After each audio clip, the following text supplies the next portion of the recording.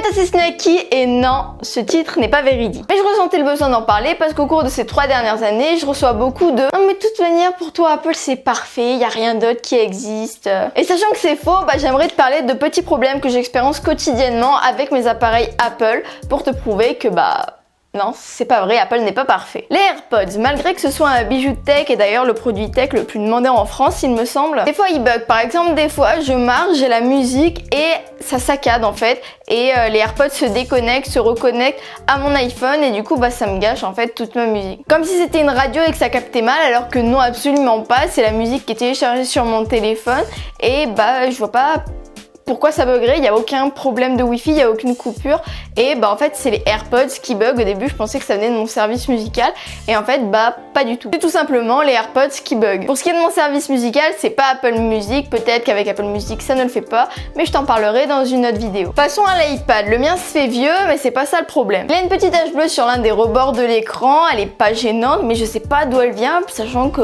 je l'ai pratiquement jamais fait tomber. Pour mon Mac j'en ai plein, même si je t'en ai parlé vite fait dans ma vidéo sur mon Mac après 2 ans. Des tombées de batterie, des surchauffes, des manques de place, même si le manque de place c'est pas vraiment dû au Mac en soi. Dans la catégorie problème de place, ce que j'ai oublié de te dire dans ma vidéo, c'est que des fois j'ai des problèmes pour localiser des fichiers que je veux supprimer. J'ai certains problèmes pour rentrer dans ma session, des fois ça me met Touch ID est disponible, je mets mon doigt et ça me dit non il faut taper le code alors que c'est mon doigt. J'ai certains problèmes pour supprimer des applications, des fois ça me met qu'elle est ouverte alors que je l'ai jamais ouverte. Et j'ai un problème avec iTunes, à chaque fois que je l'ouvre ça me demande de taper mon mot de passe identifiant Apple, je le tape, je le referme, 2 minutes après je le rouvre et ça n'a pas enregistré le mot de passe et je dois encore le retaper, sachant que mon mot de passe fait 50 caractères sans exagérer.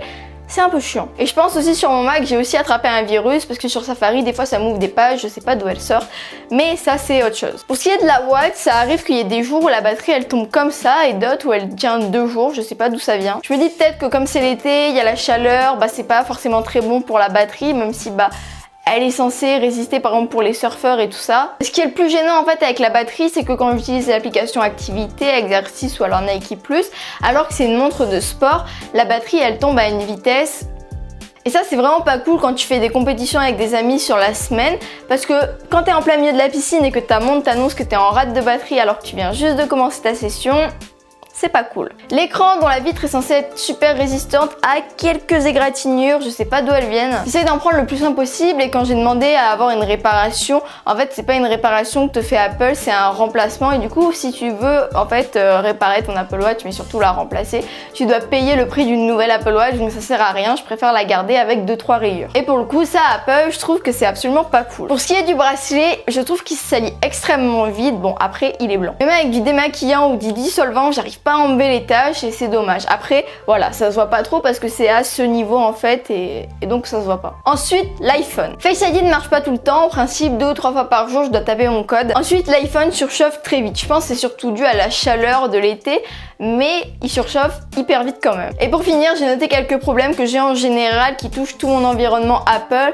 et qui sont pas spécifiquement dus à un produit. AirDrop, des fois c'est impossible d'envoyer une photo à quelqu'un, à un iPhone qui est juste à côté de moi, parce que mon iPhone ne le trouve pas alors que l'iPhone de l'autre personne le trouve, je sais pas pourquoi. Pour ce qui est de fichiers et iCloud, je m'en sers très peu parce que je trouve que l'organisation est assez bizarre, parce que je trouve que des fois ça met extrêmement de temps à synchroniser un petit fichier dans iCloud ou dans Fichier. Mais bon, j'espère qu'en tout cas tout ça va s'améliorer avec iOS 13. Je pense que cette mise à jour et toutes les autres mises à jour qui ont été annoncées à la WWDC vont faire du bien. Apple c'est certes l'une de mes marques phares, mais elle a certains problèmes, c'est pas une marque parfaite. Les produits ont des défauts et même s'ils sont extrêmement bons, faut pas oublier de dire que ils ont certains défauts. Personnellement, je trouve que j'ai pas mal de petits problèmes temporaires mais récurrents. Mais bon, à force, je m'y suis habituée et c'est pas forcément grave. Bref, je te remercie d'avoir vu cette vidéo jusqu'à la fin. J'espère que tu l'auras aimé. C'était Snacky et à très bientôt. N'oublie pas, stay yourself.